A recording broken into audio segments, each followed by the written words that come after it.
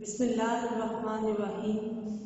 السلام علیکم dear students, آج اسلامیت اختیاری کا ہمارا لیکچر نمبر 26 ہے۔ سبق نمبر جو ہے ہم 7 پڑھ رہے ہیں، جس کا عنوان ہے 40 جس میں ہم احادیث مبارکہ کا ترجمہ اور تشریح اور سیاق و سباق پڑھ رہے ہیں۔ آج ہماری حدیث جو ہے وہ حدیث نمبر 19 ہے۔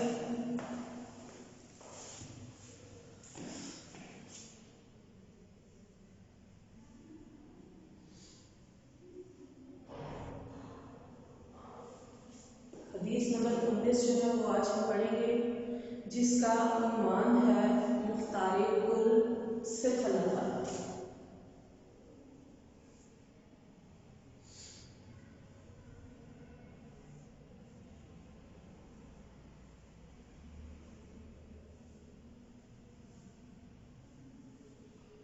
کہ مختار کل ہر طرح کا اختیار جو ہے صرف اللہ تعالیٰ کے ساتھ ہے۔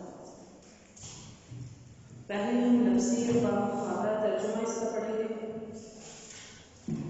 پھر ہم اس کے سیاق و سباق و تشریح و توضیح کی طرف چلیں گے۔ آپ اپنی بکس کھول لیں۔ ان ابی العباس عبداللہ ابن عباس رضی اللہ تعالیٰ عنہ، ابو العباس عبداللہ بن عباس رضی اللہ تعالیٰ عنہ سے روایت ہے، قال کہتے ہیں، کنتو میں تھا، خلفا پیچھے، النبی ہی نبی کے صلی اللہ علیہ وآلہ وسلم، یومن ایک روز، پس فقال پس آپ صلی اللہ علیہ وآلہ وسلم نے فرمایا،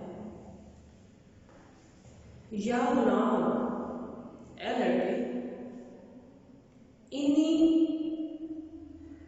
بے شک میں، علموں کا تجھے سکھلاتا ہوں، کلمات کچھ باتیں، احفظی تو یاد رکھ، اللہ تعالیٰ کو، یحفظ کا وہ تجھے یاد رکھے، احفظ اللہ وہ اللہ تعالیٰ کو یاد رکھ، تجد تو اسے پائے گا، تجاہ کا اپنے سامنے، اذا جب سألتا تو مانگے، فاسأل اللہ یعنی تو جب بھی مانگے تو مانگ اللہ تعالیٰ سے، واو اور اذا جب زستعنت تو مدد چاہے، فاستعن تو مدد چاہے باللہ اللہ تعالیٰ سے، وَاعْلَمْ اور جان لے، انا یہ کہ ان الامۃ کہ سب لوگ، لو اگرچہ اجتماعت جمع ہو جائیں، علی اس پر، ان ینفعوک کہ وہ تجھے نفع پہنچائیں گے، بشیء کسی چیز کا،